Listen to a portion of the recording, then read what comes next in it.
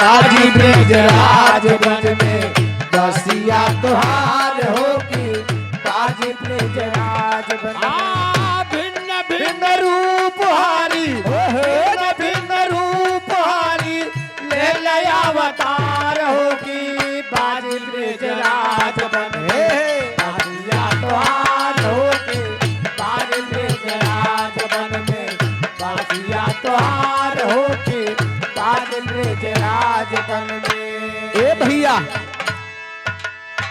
महाभारत का युद्ध समाप्त करके जब भगवान कन्हैया द्वारिकापुरी आए, वाह, कुछ समय बीता, अर्जुन का बुलाए। अर्जुन का बुलाए के भगवान कन्हैया अपने दिल की बात एक ठू बतावा चाहे। हेलो, हंसराज वर्मा मठिया की माटी से 21 रुपए सम्मान। अपने दिल की बात बतावा चाहे कि भैया अर्जुन, मान ला हम अपन शरीर छोड़ दे या हमारे ना रहने पर ये हमारे शरीरिया के जलाया जिन, हमारे शरीर को जलाना नहीं भैया, नदिया में सीधा प्रवाहित कर देना। ए भैया इतनी बतिया सुन के अर्जुन के आंख से आंसू आएगा। कहे भगवान मजाक जिन करा। भगवान कन्हैया कहे नहीं अर्जुन, जो आया है वो जाएगा, एक समय निर्धारित सबका है। भगवान कन्हैया इतनी बात कहे, अर्जुन कहे चला जब देखा जाए देखा जाए।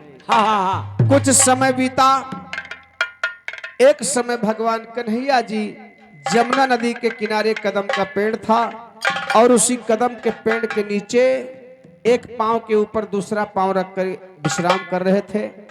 वही समय जरा नाम का बहेलिया शिकार करने निकला था। भगवान कन्हैया का तारू चमकत रहा, वो बहेलिया समझ ना पाए, बहेलिया समझ ना पाए, बाण छोड़ दिया और बाण जा करके भगवान कन्हैया के तारू में चुभ गया। जब भगवान कन्हैया के तारू में चुभ गया पैर में, तो भगवान कन्हैया वहीं अपन शरीर छोड़त है। कहना बा कैसे?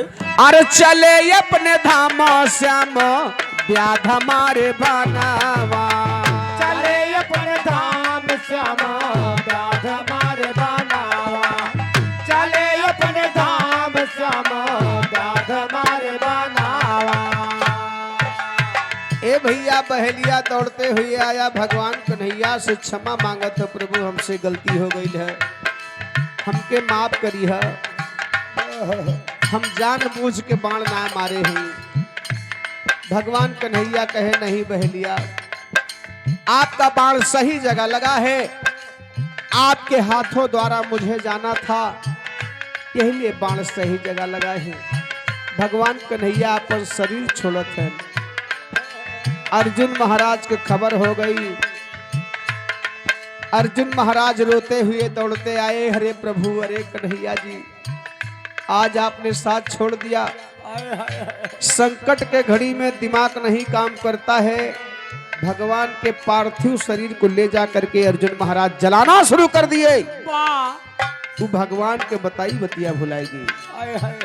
भगवान मना कह रहे कि हमके जलाया जिन, वो बात भूल करके भगवान कन्हैया के लाश को जला रहे हैं। लेकिन कैसे? चले अपने धाम श्याम व्याध हमारे बनावा, चले अपने धाम श्याम व्याध हमारे बनावा, चले अपने धाम श्याम व्याध हमारे बनावा।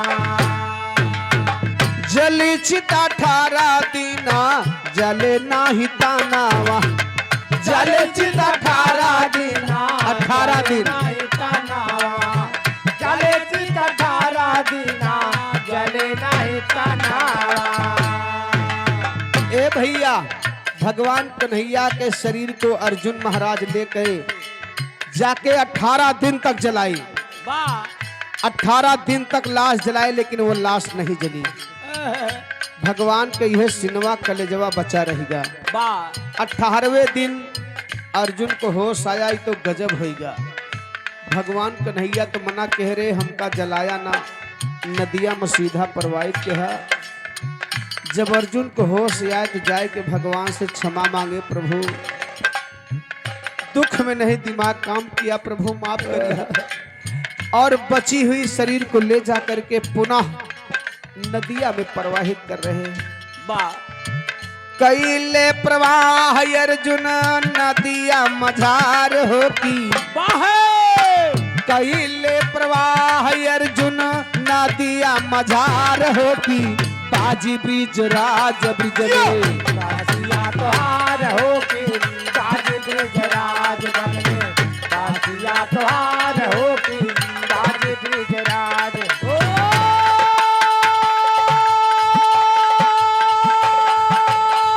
बासिया तोहार हो की, बासिया तोहार हो की, बाजी ब्रिज राज बन में, बासिया तोहार हो की, बाजी ब्रिज राज बन में, बासिया तोहार हो की, बाजी ब्रिज राज बन में, बासिया तोहार हो की, बाजी ब्रिज राज बन में।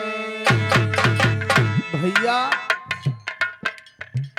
जब नदिया में लाश को प्रवाहित कहे तो भगवान कन्हैया का बची हुई शरीर नदिया में बहत जाती बा।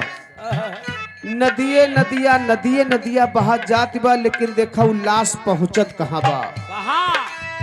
रात में उड़ीसा पहुंची जल के मझारिया, रात में उड़ीसा पहुंची जल के मझरिया, रात में उड़ीसा पहुंची जल के मझरिया। बा ई छठो प्रसाद यादव ये हमार सबके सार हुए, है लड़का के मामा हुए। वाह भैया, 21 रुपये का सम्मान बा, लाख लाख धन्यवाद है। कहा थे अच्छा ये आदरणीय शाहजराम निषाद भैया मधुरी सुगुल प्रभा की धरती से 100 रुपये का सम्मान भैया, नमस्ते बाप। रात में उड़ीसा पहुंची जल के मझरिया, रात में उड़ीसा पहुंची जल के मझरिया, रात में उड़ीसा पहुंची जल के मझरिया। ए भैया भगवान कन्हैया का शरीर नदिया में बहत बहत उड़ीसा